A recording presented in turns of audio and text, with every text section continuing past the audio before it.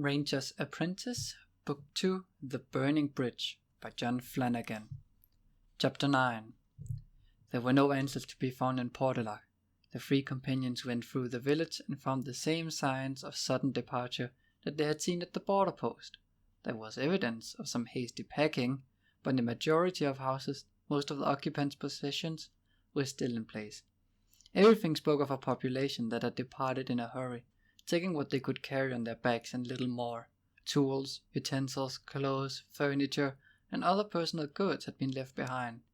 But they found no clue as to where the people of Portelac had gone, or why they had departed. As full night closed in, Gilan finally called to an end to the search. They returned to the Redach's house, where they unsaddled their horses and rubbed them down in the shelter of the small porch at the front of the building. They spent an uneasy night in the house. At least Will did, and he assumed Horace was as uncomfortable as he was. Gilan, for his part, seemed relatively unperturbed, rolling himself into his cloak and falling instantly asleep when Will relieved him after the first watch. But Gilan's manner was more subdued than normal, and Will guessed that the ranger was more concerned by this baffling turn of events than what he was letting on. As he stood his watch, Will was amazed at how much noise a house could make. Doors creaked, floors groaned, the ceiling seemed to sigh with every breath of the wind outside, and the village itself seemed full of loose items that would bang and clatter, as well bringing Will to a nervous, wide-eyed attention as he sat by the unglazed window in the front of the room of the house. The wooden shutters hooked. The moon seemed keen to join in on the subterfuge as well, soaring high above the village and casting deep pools of shadow between the houses of the village. Shadows that seemed to move slightly when you caught sight of them out of the corner of your eye, then stopped as soon as you stared directly at them. More movement came as clouds flew across the face of the moon, alternately causing the main square to be illuminated and then plunged into sudden darkness. Just after midnight, as Gilan had predicted, a steady rain set in, and the other noises were joined by the gurgle of raining water and the plush plush plush plush of falling of leaves and puddles below. Will woke Horace to taking over the watch at around 2 in the morning. He piled up a stack of cushions and bed covers on the floor of the main room, wrapped his cloak around him, and laid down. Then he lay awake for another hour and a half, listening to the creaks, the groans, the gurgles, and the splashes, wondering whether Horace had dropped off to sleep, and whether even now some unseen horror was creeping up in the house, bloodthirsty and unstoppable. He was still worrying about it when he finally fell asleep, without noticing that he had done so. They were on the road early the following morning. The rain had stopped just before dawn, and Gilan was keen to press on to Gwyndeleth, the first large town on their route, and find some answers to the puzzles that had found to find Celtica. That a quick cold breakfast of hard bread and dried fruit, washed down with icy water from the village well, then saddled up and rode out. They wound down the stony path from the village, taking their time on the uneven surface, but when they hit the main road once more, they urged their horses into a canter. They held the canter for 20 minutes, then rested the horses by riding at a walk for the next 20. They maintained that alternating pattern through the morning, and the miles went by steadily. They ate a quick meal in the middle of the day, then rode on. This was the principal mining area of Celtica, and they passed at least a dozen coal or iron mines, large black holes cut into the sides of hills and mountains, surrounded by timber, shoring, and stone buildings. Nowhere, however, did they see any sign of life. It was as if the inhabitants of Celtica had simply vanished from the face of the earth. They may have deserted their border post, and even their village, Gilan muttered once almost to himself, but I've never yet met a Celt who would desert a mine while there was an ounce of metal still to be torn from it. Eventually, in mid-afternoon, they came over a creston, and there, in a valley dropping away from them, were the neat rows of stone roofs that formed Gwyndeleth's township. A small spire in the center of the town marked a temple. The Celts had their own unique religion, which had to do with the gods of fire and iron. A larger tower formed the main defensive position from the town. They were too far away to make out whether there might be any movement of people in the streets. But as before, there was no sign of smoke from the chimneys, and even more significantly, according to Gilan, no noise. Noise? Horace asked. What kind of noise? Banging, hammering, clanking, Gilan answered him briefly. Remember, the Celts don't just mine iron ore, they work the iron as well. With the breeze blowing from the southwest as it is, we should be able to hear the forges at work even from this distance. Well, let's go then, Will said, and began to urge Tuck forward. Gilan, however, put up a hand to restrain him. I think perhaps I might go on ahead alone, he said slowly, his eyes never leaving the town and the valley below them. Will looked at him puzzled. Alone? He asked, and Gilan nodded. Yeah, you noted yesterday that we were making ourselves pretty obvious when we rode into Portlock, and you were right. Perhaps at time we became a little more circumspect. Something is going on, and I'd like to know what it is. Will had to agree that it made good sense for Gilan to go on alone. After all, he was possibly the best unseen mover in the Ranger Corps, and Rangers were the best unseen movers in the kingdom. Gilan motioned for them to fall back from the crest they were standing on, and down the other side to a spot where a small gully formed a sheltered campsite out of the wind. Set up camp here. No fires. We'll have to stay with cold rations until we know what's going on. I should be back before some time after dark, he said. And with that, he wheeled Blaze and trotted him back over the crest and down the road towards Gwyndeleth. Will and Horace took off an hour or so to set up the campsite. There was little to do. They attached their tarpaulin to some scrubby bushes growing out of the stone wall of the gully, weighing down the other end with rocks. At least there was plenty of them. This gave them a triangular shelter in case the rain set in again. Then they prepared a fireplace in front of their shelter. Gilan had set no fires, but if he arrived back in the middle of the night and changed those orders, they might as well be ready. It took a considerably longer time to stagger supply firewood.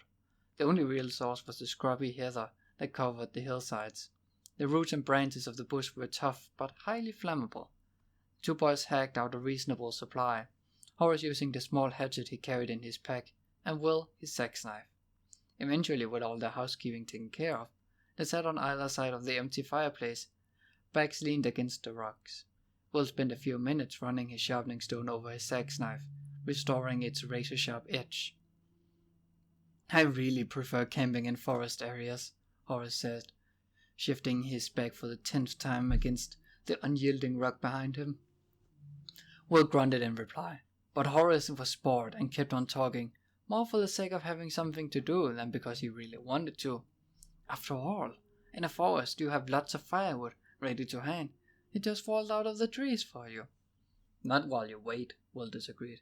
He too was talking more for the sake of it than anything else. No, not while you wait. Usually it's already happened before you arrive, Horace said. Plus, in a forest you usually got pine needles or leaves on the ground, and it makes for a softer sleeping place. And there are logs and trees to sit on and lean against. They have a lot fewer sharper edges than rocks. Again he wriggled his back to a temporarily more comfortable spot. He glanced up at Will, rather hoping that the apprentice might disagree with him again. Then they could argue to pass the time. Will, however, merely grunted again. He inspected the edges of his sex knife, slid the knife into his scabbard, and lay back. Uncomfortably, he sat up back up again, undid the knife belt, and draped it over his pack along with his bow and quiver, then lay back, his head on a flat piece of stone, his eyes closed. The sleepless night he had spent had left him drained and flat. Horace sighed to himself, then took out his sword and began honing its edge. Quite unnecessarily, as it was already razor sharp, but there was something to do. He rasped away, glancing occasionally at Will to see if his friend was asleep. For a moment he thought he was, but then the smaller boy suddenly squirmed around, sat up, reached for his cloak. Bundling it up, he put on a flat stone he was using as a headrest, then lay back again. "You're right about forests," he said crankily. "Much more comfortable places to camp." Horace said nothing. He decided his short sword was sharp enough and slid it back into its oiled leather scabbard, leaning the sheathed weapon against the rock face behind him. He watched Will again as he tried to find a comfortable spot. No matter how he twisted and squirmed, there were always a pebble or a piece of rock poking into his back or side. 5 or 10 minutes passed. Then Horace finally said, "Want to practice? It'll pass the time." Will opened his eyes and considered the idea. Reluctantly, he admitted to himself that he was never going to get to sleep on this hard, stony ground. Why not? He rummaged in his pack for his practice weapons, then joined Horace on the far side of the tent, where he was scraping a practice circle in the sandy gully floor. The two boys took up their positions, then at a nod from Horace, they began. Will was improving, but Horace was definitely the master at this exercise.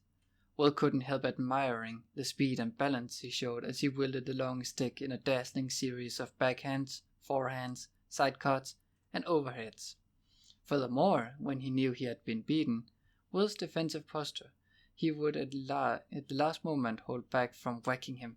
Instead, he would lightly touch the spot where his blow would have fallen to demonstrate the point. He didn't do it with any sense of superiority either. Weapons practice with wooden weapons was still a serious part of Horace's life nowadays. It wasn't something to crow about when you were better than your opponent. Horace had learned only too well in dozens of practice bouts at the battle school that it never paid to underestimate an opponent.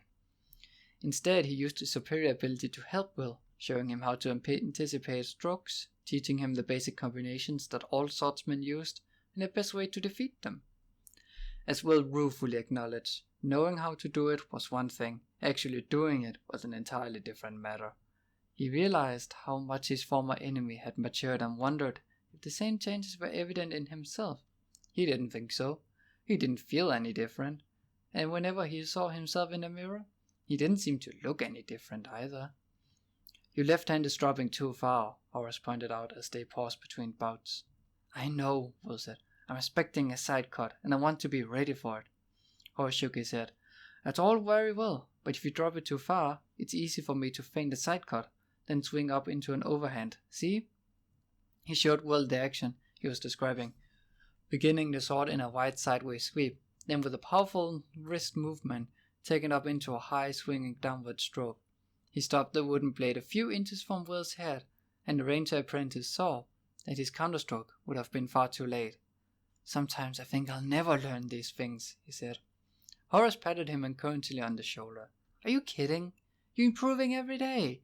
And besides, I could never shoot or use those throwing knives the way you do. Even while they had been on the road, Gilan had insisted that Will practice his ranger skills as often as was practical. Horace had been impressed, to say the least, when he had seen how adept the smaller boy had become.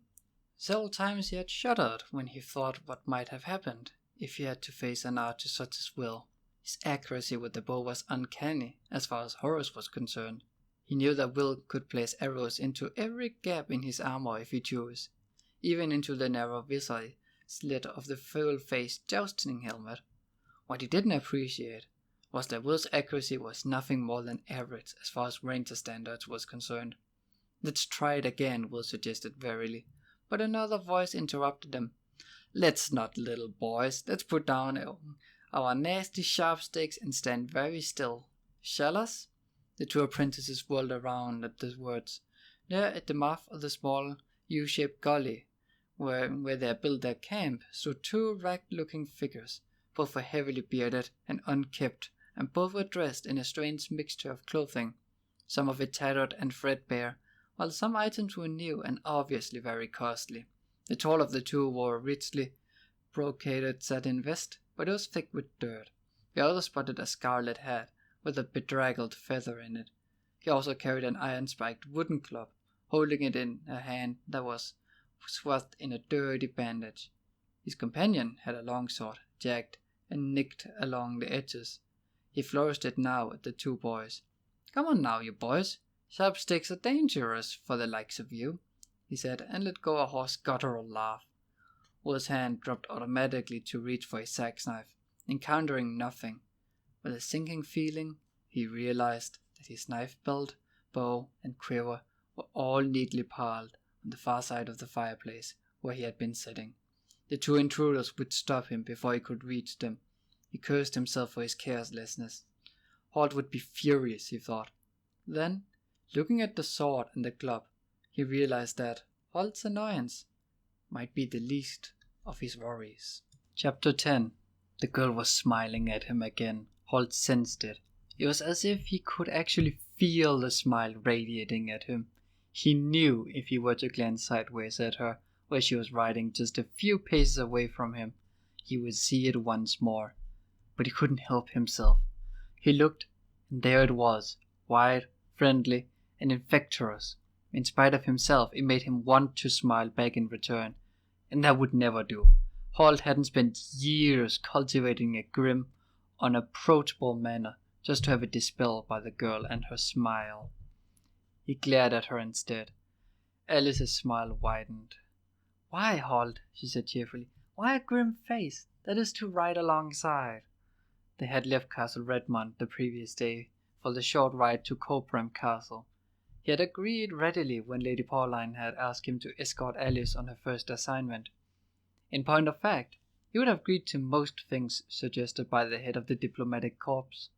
Of course, as a diplomatic courier, Alyss raided an official guard of 2 mounted men-at-arms, and they rode a few yards to the rear.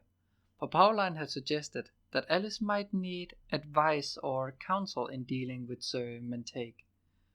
Halt had agreed to provide it, if necessary. What Pauline hadn't mentioned was Alyss's innate friendliness and the fact that she was so eminently likable and cheerful, he thought, and that reminded him of someone else. He had been missing Will's lively presence over the past week or so, he admitted. After years of living by himself, attending to the secret and sometimes frightening business of the kingdom, he did enjoy the light and laughter that Will brought to his life. Now Will was far away, on his way to the Celtic court, and Halt himself had sent him there. He realized the boy's absence left a void in his life. Reluctantly, he told himself that he must be growing old and sentimental. Now, here was this girl, barely 16, but already poised and sure of herself, chiding him gently for his black mood and grim countenance, and fixing him with that damned smile. And such a silent face as well, she mused to herself. He realized that he had been ill-mannered, and she didn't deserve that. "My apologies, Lady Alyss," he said coldly. Traveling in official business, Alyss was entitled to be addressed as Lady Alyss. She frowned at his formality. "Oh, come now, Halt. Is there any way for friends to speak to each other?" He glanced at her now. The smile was still lurking there at the corners of her mouth. The frown was an artifice. She was gently teasing him, he realized, and he determined that he would not give her satisfaction of raising to her bait. "Are we friends, Lady Alyss?" he said, and she inclined her head thoughtfully. The action reminded him of Lady Pauline, and he realized how much this girl was like her mentor. He remembered Pauline when she was much younger. It would have been her riding beside him, he thought. "I would hope so, Halt. After all, I'm a friend of Will's, and I'm apprentice to one of your oldest friends, I believe. Doesn't this give us some kind of special relationship?" "I'm your escort, lady," he replied, and his tone left no doubt that the conversation should end here. With most people, that would have been the result. Halt could be quite a forbidden figure when he chose, and many people clung to the belief that rangers dabbled in black magic, and so were people who should not be annoyed. Obviously, however, this girl wasn't any of those people. "As you say, you're my escort, and I'm very grateful that you are, but that's not to say we can't be friends as well. After all, it's quite daunting to be on my first assignment." She paused and then said quietly, "I'm not altogether sure that I'm up to it, as a matter of fact." "Course you are," Halt said immediately. "Pauline knows her business. If you weren't up to it, as you put it, she would never have entrusted the mission to you. She thinks very highly of you, you know," he added. "She's an amazing woman," Alyss said, and the admiration in her voice was obvious. "I looked up to her for years, you know. She succeeded so well in what is generally regarded as a man's world." Halt nodded agreement. "Amazing is a good word for her. She's courageous, honest, and enormously intelligent. Smarter than most men, too. Baron Errol saw those qualities in her years ago. She was the one who convinced him that women are more suited to a diplomatic role than men." "I've heard people say that. Why does he think that way?" Halt shrugged. He feels that women are more inclined to talk things through, whereas men tend to resort to physical methods more quickly. So, for example, Lady Pauline would never resort to throwing someone into a moat if they're being objectionable, she said, and Hall glanced up at her sharply. Her face was totally deadpan. Pauline had trained her well, he thought. No, he agreed, but I didn't say that she's always right. Some people deserve to be thrown into moats. He realized now that he had been chattering on with her for some minutes, in spite of his determination to maintain his usual grim, tight-lipped manner. She'd drawn him out like an angler lurking a fish to the hook, he realized, and he wasn't sure how she had done it. And now she was smiling at him again. He harumphed noisily and turned away to scan the woods on either side. This far to the west there was little danger to be expected, and his horse Abelard would alert him if there were any enemies or wild beasts lurking in the bushes nearby. But scanning the terrain gave him an opportunity to break off the conversation. Alyss watched him curiously. She had seen him around Redmond for years, of course, but when Lady Pauline had introduced him the day before, she had been surprised to realize that he was at least a head shorter than she was. A lot of men were, though. She was an exceptionally tall girl, and she carried herself erect. But Hall had an amazing reputation, a 7-foot-tall reputation, she mused. He was famous throughout the kingdom, and one tended to think of him as larger than life. Seen up close, he was surprisingly small in stature, like Will, she thought, and that set her to wondering, "What qualities does a ranger need, Halt?" she asked. He glanced back at her. Once bitten, twice shy, he thought. She wasn't going to draw him out into an extended conversation again. A propensity for silence is a good one, he said, and she smiled, genuinely amused at something. Somehow, I can't see Will managing that, she said. She and Will had grown up together as orphans in the castle ward. He was probably her oldest friend. In spite of himself, Halt's lip twitched in what was almost a smile. No, he does tend to chatter, doesn't he? He agreed. Then realizing that she might think he was criticizing the boy, he continued quickly. But that's part of being a ranger as well. He's always asking questions. He's always curious, always ready to learn more. A good ranger needs that. Eventually, he'll learn to curb his tongue a little. Not entirely, I hope, said Alyss. I can't imagine Will becoming grim and forbidden and taciturn like... She hesitated, amending what she was about to say. Some people. Halt raised one eyebrow at her. Some people, he repeated, and she shrugged. Nobody particular in mind, she said. Then changing track, she asked, He's very brave, isn't he? I mean, you must be proud of what he's done. Halt nodded. He has true courage, he said. He can feel fear, he can be afraid, but it doesn't stop him from doing what he has to. Mind his courage isn't any of sort of real courage at all. You trained him well, Alyss said, but Halt shook his head. Training is important, but the qualities have to be there from the beginning. You can't teach courage and honesty. There's a basic openness and lack of malice in Will. You know, she said confidently, when I was a child, I always said I was going to marry him. Inwardly, he smiled at her words. When I was a child. She's barely more than a child now, he thought. Then he changed his mind. She was a courier, a diplomatic apprentice. She wore the bronze laurel branch that meant she was very much more than a child. You could do a lot worse, he said finally as she glanced across him. Really? Do you think diplomats and rangers make a good match, Halt? The tone was just too innocent, too casual. He knew exactly what she was getting at, and this time he wasn't going to be drawn. He was not going to discuss any relationship that might or might not have existed between himself and the beautiful Lady Pauline. He met her gaze very evenly for some moments, then said, I think we might stop here for lunch. This is as good place as any. Alyss's mouth twitched with a smile again, but this time it was a slightly rueful one. You can't blame a girl for trying, she said. Chapter 11. Will felt Horace's hand on his shoulder as the bigger boy began to pull him back from the two bandits. Back away, Will, Horace said quietly. The man with the glove laughed. Yes, Will, you back away. You stay away from that nasty little bow I see over there. We don't hold no truck with bows, do we, Carney? Carney grinned at his companion. That we don't, Bart, that we don't. He looked back at the boys, frowning angrily. Didn't we tell you to drop those sticks? He demanded, his voice rising in pitch and very, very ugly in tone. Together, the two men began to advance across the clearing. Horace's grip now tightened, and he jerked Will to one side, sending him sprawling. As he fell, he saw Horace turn to the rocks behind him and grab up his sword. He flicked it once, and the scabbard sailed clear of the blade. That easy action alone should have warned Bart and Carney that they were facing someone who knew more than a little about handling weapons. But neither of them were overly bright. They simply saw a boy of about 16, a big boy perhaps, but still a boy.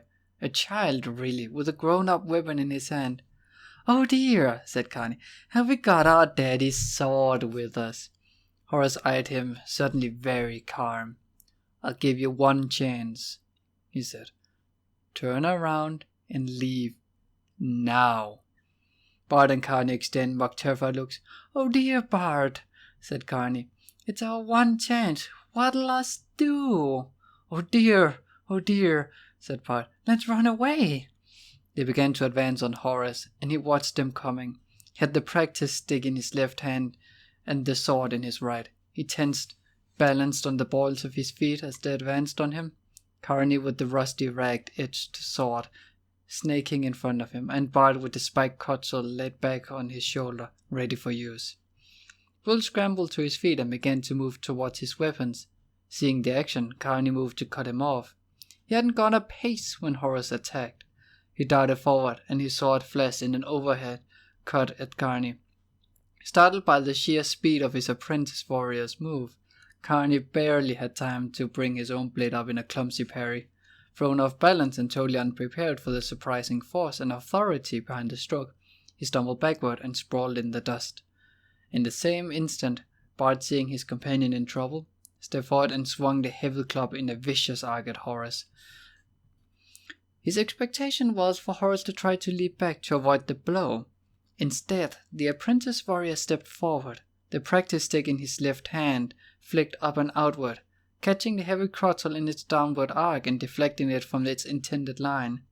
The club's spiked head thudded dully into the stone ground, and Bart let go a deep woof of surprise, the impact jarring his arm from shoulder to wrist. But Horace wasn't finished yet. He continued the forward lunge, and now he and Bart stood shoulder to shoulder. It was too close for Horace to use the blade of his sword. Instead, he swung his right fist, hammering the heavy brass pommel of his sword held into the side of Bart's head. The bandit's eyes glazed, and he collapsed to his knees, semi-conscious, swaying slowly from side to side. Carney, backpedaling furiously through the sand, had regained his feet.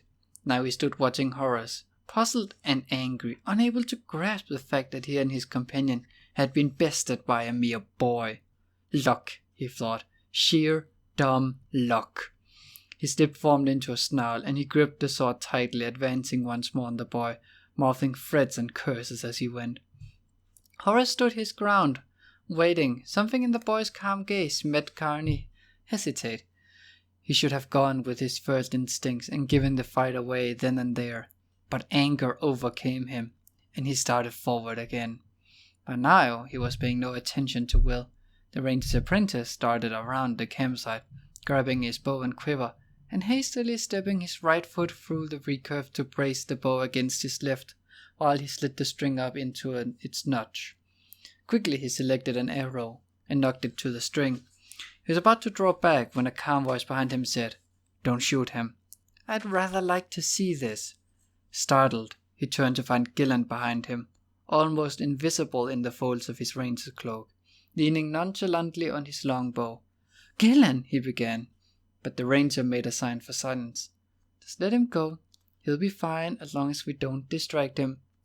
But Will began, desperately looking to where his friend was facing, a full-grown, very angry man. Sensing his concern, Gilan hurried to reassure him. "Horace will handle him. He's really, really good, you know. And natural if I ever saw one. That bit with the practice stick on the hill strike was sheer poetry. Lovely improvisation." Shaking his head in wonder, Will turned back to the fight. Now Carney attacked, hacking and lunging and cutting with a blind fury and terrifying power. Horace gradually gave way before him, his own sword moving in small, semicircular actions that blocked every cut and hack and thrust and jarred Carney's wrist and elbow with the strength and impenetrability of his defense. All the while Gilan was whispering an approving commentary beside Will. "Good boy," he said. "See how he's letting the other fellow start proceedings? Gives him an idea of how skillful he might be, or otherwise. My God, Horace has the timing of that defensive swing just about perfect. Look at that. And that. Terrific." Now Horace had apparently decided not to back away any further, continuing to parry Carney's every stroke with obvious ease. He stood his ground, letting the bandit expend his strength like the sea breaking on a rock, and as he stood, Carney's strokes became slower and more ragged. His arms was beginning to ache with the effort of wielding the long, heavy sword. He was really more accustomed to using a knife to the back of most of his opponents, and he hadn't looked for his engagement to go past one or two crossing, hacking strokes to break down the boy's guard before killing him. But his most devastating blows had been flicked aside with apparent contempt. He swung again, losing his balance in the follow-through. Horace's blade caught his, spun in a circle, holding it with his own, then let it rest down its length along the crosspiece locked. He stood there, eye to eye, Carney's chest heaving, Horace absolutely calm and totally in control. The first worm of fear appeared in Carney's stomach as he realized that, boy or not, he was hopelessly outmatched. And at that point, Horace went on the attack.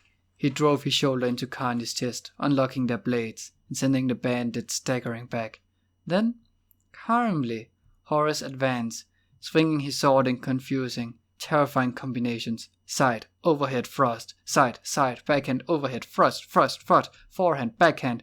One combination flowed smoothly into the next, and Carney scrambled desperately trying to bring his own blade between himself and the implacable sword that seemed to have a life and exhaustibility energy, all its own.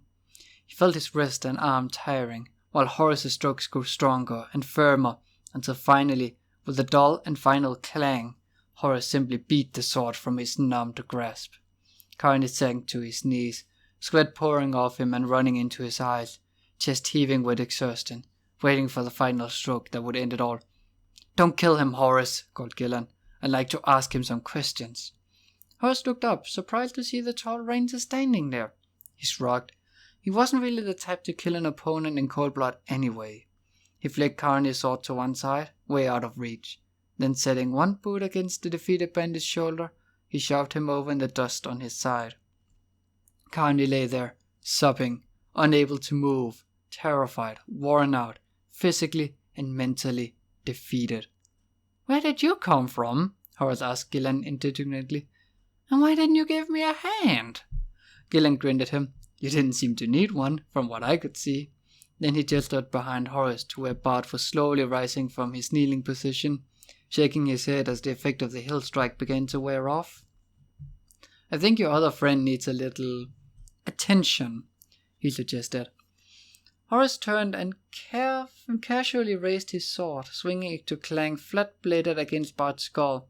Another small moan, and Bart went face down in the sand.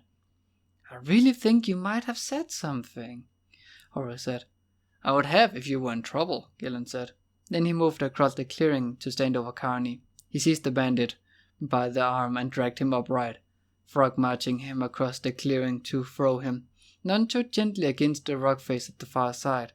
As Carney began to sag forward, there was a hiss of steel on leather, and Gilan's sax knife appeared at his throat, keeping him upright. "It seems these two caught you napping," Gilan asked Will. The boy nodded, shamefaced. Then, as the full import of the comment sank in, he asked, "Just how long have you been here?" "Since they arrived," Gilan said. "I hadn't gone far when I saw them skulking through the rocks, so I left Blaze and doubled back here, trailing them. Obviously they were up to no good." "Then why didn't you say something, then?" Will asked incredulously. For a moment Gilan's eyes hardened. "Because you two needed a lesson. You were in dangerous territory, the population seems to have mysteriously disappeared, and you stand around practicing swordcraft for all in the world to see." But, Will stammered, I thought we were supposed to practice? Not when there's no one else to keep an eye on things, Gilan pointed out reasonable. Once you start practicing like that, your attention is completely distracted. These two make not enough noise to alert a deaf old granny. Tuck even gave you a warning call twice and you missed it. Will was totally crestfallen. I did? He said, and Gilan nodded. For a moment his gaze held Will's until he was sure the lesson had been driven home and point taken.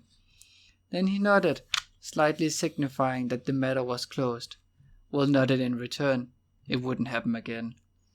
Now, said Gilan, let's find out what these two beauties know about the price of coal. He turned back to Carney, who was now going cross-eyed as he tried to watch the gleaming sex knife pressed against his throat. How long have you been in Celtica? Gilan asked him. Carney looked up at him, then back to the heavy knife.